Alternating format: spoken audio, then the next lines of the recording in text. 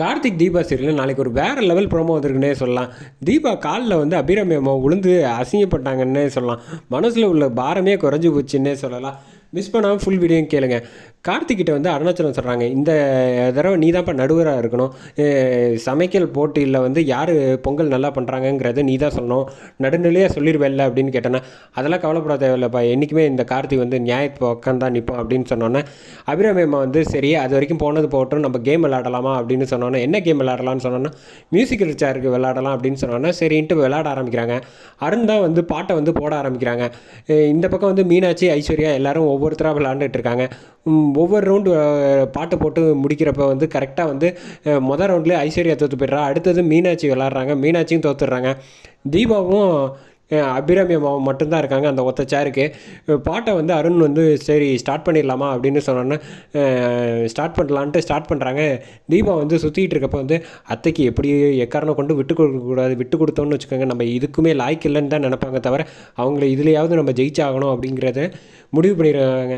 இந்த பக்கம் எப்படியும் இவ விட்டு கொடுக்க தான் போகிறா, எதுவாக இருந்தாலும் எப்படியும், ஆனால் இவகிட்ட மட்டும் தோற்றுறக்கூடாதுன்னு அபிராமி அம்மா வந்து மனசில் நினச்சிக்கிட்டு இருக்காங்க. சரின்னு கரெக்டாக வந்து பாட்டை போட்டுக்கிட்டு இருக்கப்போ வந்து அருண் வந்து நிப்பாட்டிடுறாங்க. நிப்பாட்டின வேகத்துக்கு தீபா கடகடன்னு வேகமாக ஓடி வந்து சேரில் வந்து உட்காந்துடுறாங்க. அபிராமி அம்மா வந்து வேகமாக குண்டுக்கிட்டால் குடுகுடுன்னு ஓடி வராங்க. வந்து பார்த்தா சேரை பிடிக்கிறப்ப வந்து கீழே விழுந்துடுறாங்க. தீபா காலிலே விழுந்துடுறாங்கன்னே சொல்லலாம்.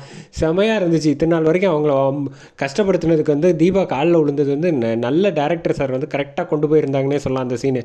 உடனே வந்து தீபா வந்து கையை பிடிச்சி தூக்கணுன்னா அதை பார்த்தது அப்படின்னு தூக்கணுன்னா இவங்க கீழே இருக்கிறதும் இவங்க நிமிந்து தீபாவை பார்க்குற மாதிரி சீன் வந்து எக்ஸ்ட்ராடனரியாக இருந்துச்சுன்னே சொல்லலாம் அந்த ஷாட். போயும் உன் காலில் போய் நான் விழுந்துட்டேனே அப்படின்னு சொல்லிட்டு சேன்னு சொல்லிட்டு டக்குன்னு எந்திரிக்கிறாங்க. அதை பார்த்துன்னா கார்த்தி வேற எல்லாரும் மொத்த குடும்பமும் ஓடி வந்துடுறாங்க. அம்மா ஏதாவது அடிபட்டுருச்சா அப்படின்னு சொன்னான்னா அதெல்லாம் ஒன்றும் இல்லை, கொஞ்சம் கூட மனசாட்சியே இல்லாமல் இவன் வந்து கீழே விழுந்துட்டோன்னு ஜெயிக்கிறதுக்காக தள்ளி விட்டுட்டா பாரு, இவெல்லாம் என்ன மருமக அப்படின்னு சொன்னான்னா அருணாச்சலம் வந்து வழக்கம் போல் பேசுகிறாங்க. இங்கே பாரு, இந்த போட்டியை வந்து மியூசிக்கல் சேர் சொன்னதே நீ தான் எல்லாரும் விளையாடுன்னு நீங்கள் 2 பேர் இருந்தீங்க. சேரில் உட்காடுறதுக்கு ஒருத்தர் 2 பேர் இருந்தீங்கன்னா ஒருத்தர் போட்டி போட தான் செய்வாங்க. அவள் வந்து வயசு கம்மிங்கிறனால அழகாக ஓடி வந்து உட்காந்துட்டா. உடனால இந்த உடம்பை தூக்கிட்டு ஓடிட்டு வந்து உட்கார முடியல, கரெக்டாக கீழே விழுந்துட்டா, அவ்வளோதான். தவிர அப்போ கூட நீ கீழே வந்தோன்னா அத்தனை கையை பிடிச்சி தூக்கினாலா இல்லையா, அதுதான் நம்ம மருமகளுக்கு உண்டான நல்ல பண்பு. நீ வந்து தேவையில்லாமல் இதெல்லாம் வந்து பெருசுப்படுத்தாதவா, நம்ம அடுத்த போட்டி பொங்கல் ரெடி பண்ணுறதுக்கு பார்க்கலாம் அப்படின்னு சொன்னோன்ட்டு பொங்கல் ரெடி பண்ணுறாங்க.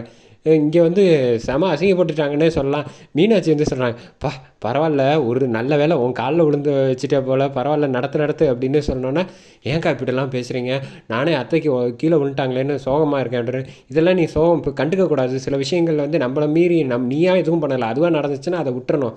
சரிவா, எப்படியாவது இந்த போட்டியில் பொங்கல் போட்டியில் ஜெயிச்சிடணும். அங்கே பாரு பள்ளி வந்து ஓதிக்கிட்டு இருக்கு பாரு, அத்தை தயவு செஞ்சு எக்காரணம் கொண்டு விட்டுறக்கூடாது, உங்களையே காலில் விழ வச்சுட்டா பாரு அப்படின்னோடனே இங்கே அபிராமி அம்மா வந்து கரெக்டாக முறைக்கிறாங்க. ஐஸ்வர்யா பார்த்து அதோட முடிக்கிறாங்க.